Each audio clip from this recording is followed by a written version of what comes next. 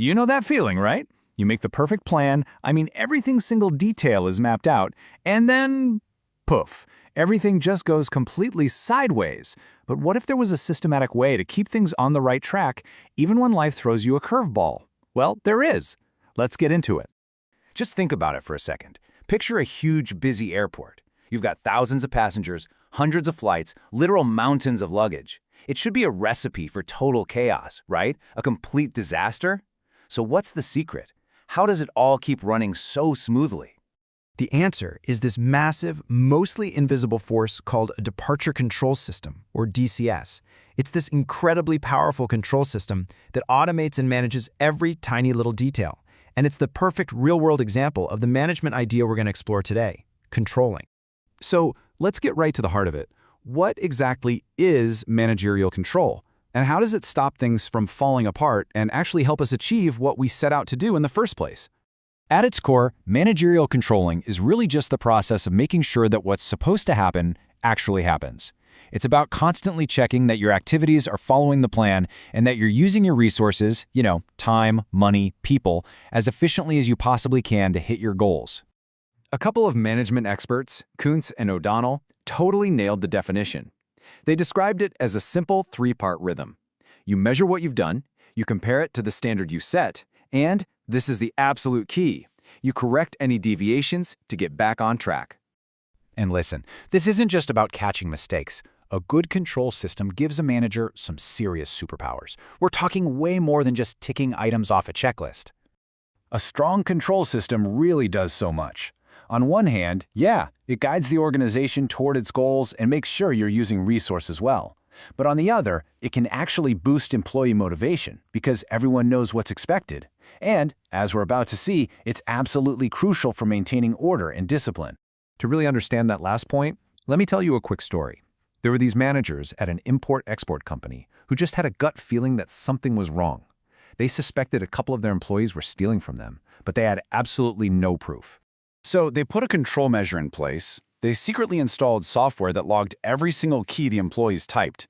And what they found was shocking. The data showed that the pair were deleting official orders from the system and just pocketing the revenue themselves, basically building a rogue company from the inside. But it got way bigger. The software, the control system, caught them red-handed planning to come back late one night to steal a massive shipment of electronics.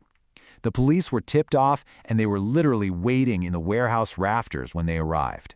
And the total damage? $3 million.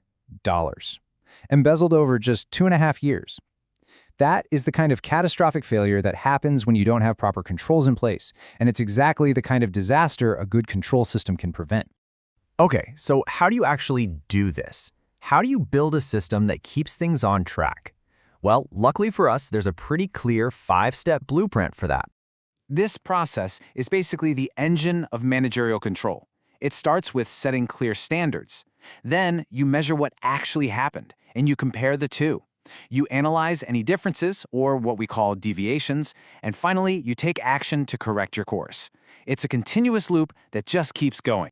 And let's focus on that last step, taking corrective action, because it's so important. It isn't always about punishment or blame. Not at all. If a target was missed, maybe the solution is more training for the employees. Or if a project's behind, maybe you just need to assign more resources. Sometimes you might even realize your original standard was totally unrealistic, and the corrective action is actually to revise the standard itself. Now here's a word of caution. Trying to control every single little thing is a recipe for burnout and failure. The real art here is about working smarter, not harder. It's focusing your attention where it matters most. And there are two powerful principles to help with this. The first is critical point control. This just means you focus only on the key result areas, the things that are truly vital for success. For example, a 5% jump in labor costs is way more critical than a 15% jump in postage fees, right? The second principle is management by exception. Here, you only step in when something deviates significantly from the plan, outside of an acceptable range you've already set. The takeaway for both is simple. If you try to control everything, you end up controlling nothing. Okay, finally, it's pretty much impossible to talk about controlling without also talking about planning. The two are fundamentally connected. Think of them like inseparable twins. There's this common misconception that planning is all about looking forward, into the future, while controlling is just about looking back, kind of like a post-mortem on what already happened. But that's only half the story. The reality is they're inseparable twins, because they both look forward and they both look back. Sure, controlling looks at past performance, but it does that to correct the course and improve future plans. And planning? It's guided by all the data and experience from your past controls. They're in this constant feedback loop, where each one makes the other stronger. So, I'll leave you with this question to chew on. We've seen that control is all about focusing on what truly matters. So it's the single most important, critical point in your own work, or maybe even in your life, that you need to start measuring right now to stay on track.